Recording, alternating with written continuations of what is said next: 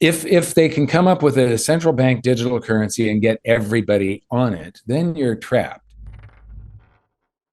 At goldsilver.com, we have a price match guarantee, free shipping, global storage options, and phenomenal customer service. Thanks for making goldsilver.com your bullion dealer. Let me ask you this, because that's the system we have, the fiat system. Everyone's on a fiat system. So, and you talk about more fair moral system. Do you think that we will see that? Do you think there'll be some sort of reset, or is this the system that we have to deal with? Well, the reset that is planned is a reset of going from evil to super evil. The reset that is planned is to try before the whole system implodes. And because right now we are on a path toward an implosion. If people lose confidence in the currency, then suddenly everything changes. The whole bank, if they lose confidence in the banking system, everything changes. And our society is so complex these days that we need the banking system to work. We need the financial system to work.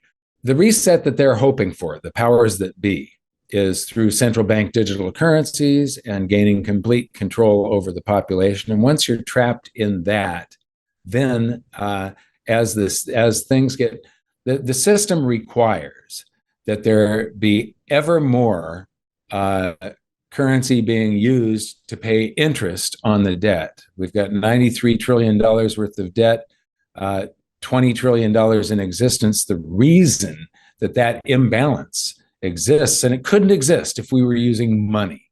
That's the thing. If we were using real money that took some sort of effort, and it was a physical thing that comes into existence that took effort to create, that was equal to the effort of something you're going to buy with it. If we used that, there couldn't be this imbalance of $93 trillion worth of debt and only 20 trillion in existence to pay that debt. So if they can come up with a central bank digital currency and get everybody on it, then you're trapped. If there is no other alternative, then at that point, they can do negative interest rate. They can increase. The reason that taxes keep on going up is to be able to pay all of this interest that we have to borrow ourselves deeper and deeper and deeper into debt every year just to keep the game going. Because the currency that is created when you buy a house, or the currency that is created when the Federal Reserve buys something, all of that currency is eventually self-extinguishing. The currency that's used to buy a house, you borrow $1 million into existence when you sign a loan document. It's balance sheet accounting. The liabilities go into your checking account, you pay the seller, but then you work for 30 years and you pay that loan. For the first 15 years, you're paying mostly interest. The last 15 years, you're actually buying the house. But when you pay principal on that loan, the dollars that you use to pay the principal meet the debt on the balance sheet, and the loan goes down by a certain amount. How much you owe goes down by a certain amount, and that amount is dollars that have vanished. So dollars are constantly created and then they vanish. They create and loans are made and paid and made and paid. And when you pay off a loan, the dollars that were created when that loan was made vanish. So again, this goes back to a store of value. How can a dollar that appears and then vanishes store value? How is that possible? It's not. There's no country on earth that uses money currently. But it's interesting that the world's central banks all have gold on their balance sheets, and it's a tier one asset. Not all of them. Canada, for instance, has none. But it's a tier one asset, meaning that it is considered the safest, most secure, trustworthy asset. And the world's central banks are now buying record quantities. Mm-hmm. And it's the banks in the East, not Europe and North America. It's the banks in Asia that. What does that signal to you? Because, right, they have been adding more gold. What does that signal to you? It signals that they're getting ready for something, but they're trying to draw this process out as long as possible. China is the world's largest gold producer. It's illegal to export gold from China. They are also the world's largest buyer of gold. So they're the largest producer and the largest importer of gold in the world.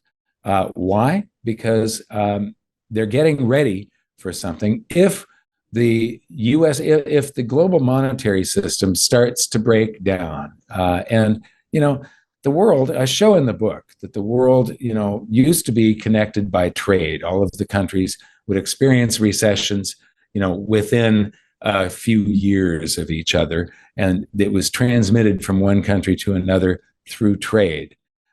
Today, they're all connected through all of these derivatives and a financial system that operates at the speed of light. And so when one country sneezes, everybody catches a cold. And so wherever, it doesn't matter if this crisis starts in Brazil or if it looks like it already started here. We've had some very, very large bank failures already. And I believe that this is only the beginning. When we look at the bank failures that have happened, Silvergate, Signature, Silicon Valley Bank, and First Republic. First Republic was, yeah. And now those are banks that have been seized by regulators, and then it's sold to somebody like JP Morgan, who seems to be gobbling up the entire planet. The same thing happened with Bear Stearns. Bear Stearns went under, and JP Morgan took it over, but they did so before regulators seized it. With Credit Suisse, that was done a day or so before regulators seized it. When you look at a chart of the bank failures and the size of the banks, they're not including things like Lehman. Many, many times they show the biggest bank failure being Washington Mutual. And then these three bank failures that we've just had that come right after that, Signature, Silicon Valley, and First Republic. If they included Credit Suisse, that would eclipse Lehman. Credit Suisse was $1.7 trillion of assets at its peak. When it collapsed, it was at $1.4 trillion. So you're comparing that against, I don't have the data here, but I think it's like 300 billion or something for Washington Mutual, and First Republic were in the threes.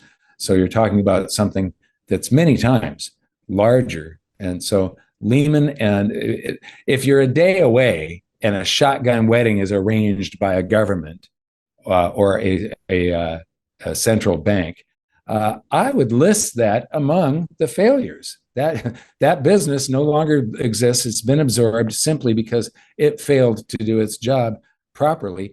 And its job, this is becoming common knowledge.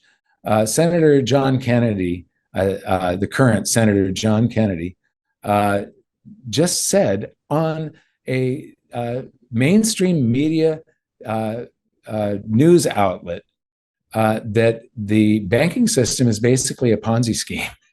And if everybody shows up at once, it doesn't work. And you can make withdrawals on your iPhone now. You text message, this bank might be in trouble, get your currency out. Bank runs are real.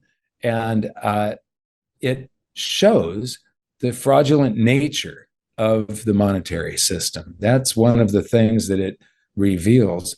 And the very fact that this is now coming up in mainstream media shows that this shell game Ponzi scheme, it's this trick is becoming exposed, and it allows a whole class of people to sort of ride on the backs of everybody that produces more than they consume. Everybody, every entrepreneur, every business owner, everybody that is driving the economy forward, creating true wealth, goods and services, and creating jobs, they get to ride for free. The people that are granted the license to commit fraud, theft, and enslavement by creating currency.